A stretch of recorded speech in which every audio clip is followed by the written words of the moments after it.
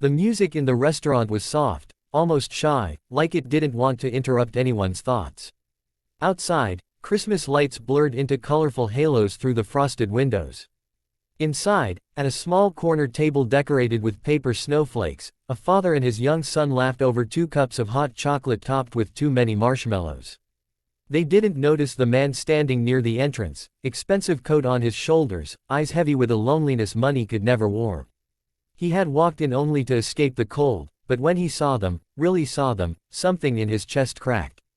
And before he could stop himself, the powerful CEO whispered the words that would change all their lives, can I join you? If you've ever felt alone in a crowded room, stay with this story until the end, because what happens next might remind you why kindness still matters. And if this story touches your heart at any point, don't forget to like the video and subscribe to the channel. It helps us keep bringing you stories that feel like home. The father's name was Daniel. His son, Noah, was 7 years old and missing one front tooth, which he showed proudly whenever he smiled. Their Christmas party wasn't much by most standards. No fancy gifts, no glittering tree towering over wrapped boxes.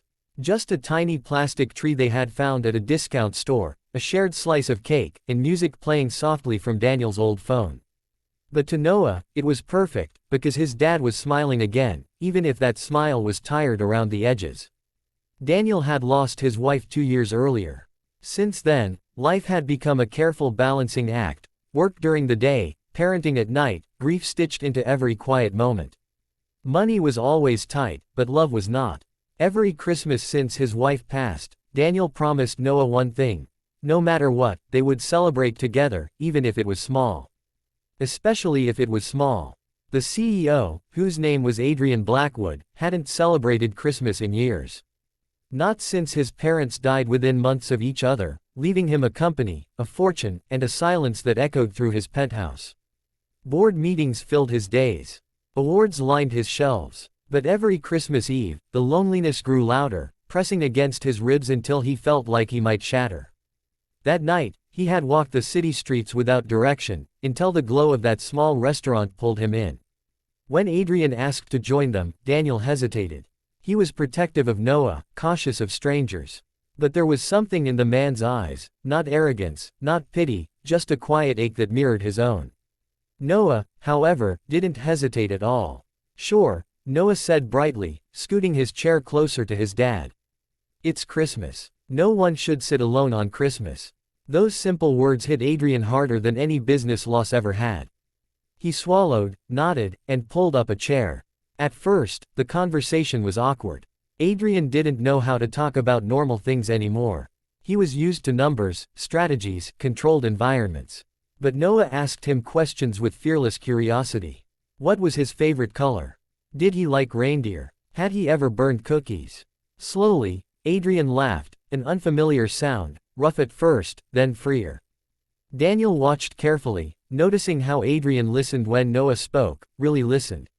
Not checking his phone, not glancing around. Just present. For the first time in years, Daniel felt a strange sense of relief, as if the universe had sent them an unexpected guest to remind him that strangers could still be safe.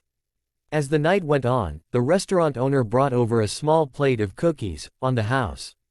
Snow began to fall outside, thick and gentle. Adrian found himself telling pieces of his story, how success had cost him friendships, how the higher he climbed, the fewer people remained around him.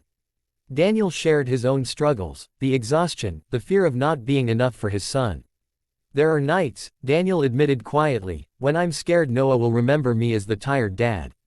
The one who was always working, always worrying. Noah looked up at him, eyes wide. I remember you as the dad who never gave up, he said simply. Adrian felt tears sting his eyes. In all his years, no one had spoken about legacy like that. Not profits. Not companies. Just showing up.